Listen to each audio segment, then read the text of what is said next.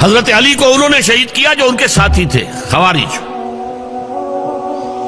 جنگ صفین میں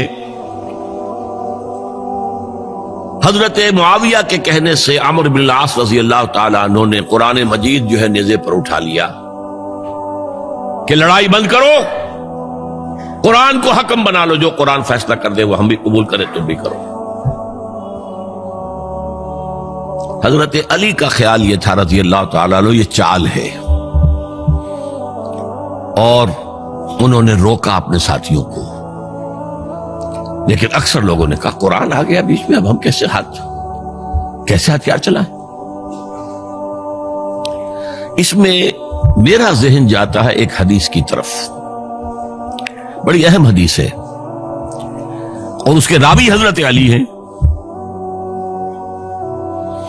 حضرت علی فرماتے ہیں کہ حضور نے فرمایا انہا ستکون فتنۃ، ان قریب ایک بہت بڑا فتنہ رونما ہوگا۔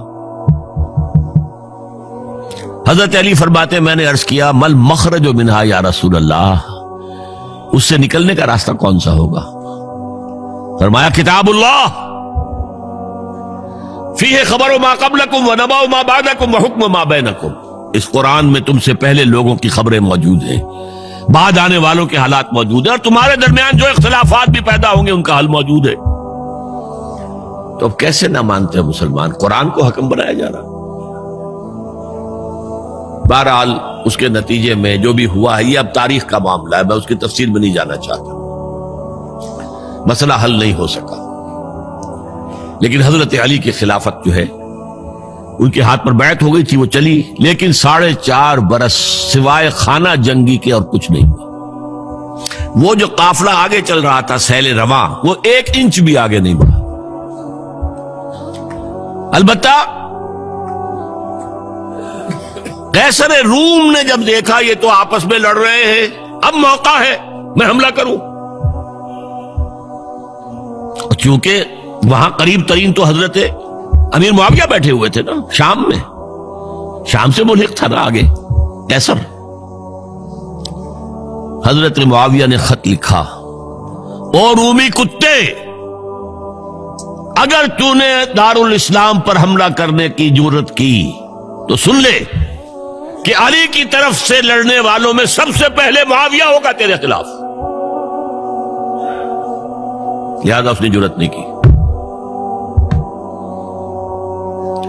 بہرحال حضرت علی کو شہید کرنے والے تھے ایکسٹریمسٹ جو خود ان کے اپنے ساتھیوں میں سے تھے۔ انہوں نے کہا وہ کہا حکم کیوں مانا؟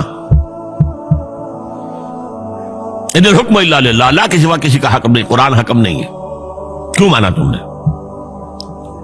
اور اگر مانا تھا تو اب حکم کے بعد کیوں نہیں مانتے؟ چھوڑ دو خلافت۔ بہرحال یہ کہلاتے ہیں خوارج، جنہوں نے بغاوت کی ہے حضرت علی کے ساتھیوں میں سے۔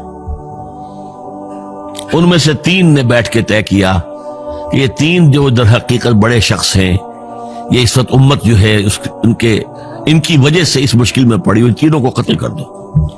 فلاں دن صبح فجر کی نماز کے وقت ایک شخص وہاں جائے گا، ایک شخص وہاں جائے گا، ایک شخص وہاں جائے گا، اور فجر کی نماز میں قتل کر دو۔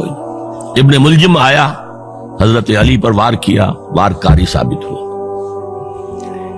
باقی 2 حضرت معاویہ اور حضرت عمرو بن العاص، ان میں سے ایک تو اس روز فجر میں آئے نہیں کسی وجہ سے، اور دوسرے پر جو وار پڑا وہ اوچھا وار تھا، وہ کاری وار نہیں تھا۔ حضرت علی شہید ہو۔ اس کے بعد حضرت حسن کی خلافت ہوئی 6 مہینے۔ اب جب جنگ کا معاملہ ہوا تو حضرت حسن نے دستبرداری اختیار کر لی، حضرت معاویہ کو تسلیم کر لیا خلیفہ۔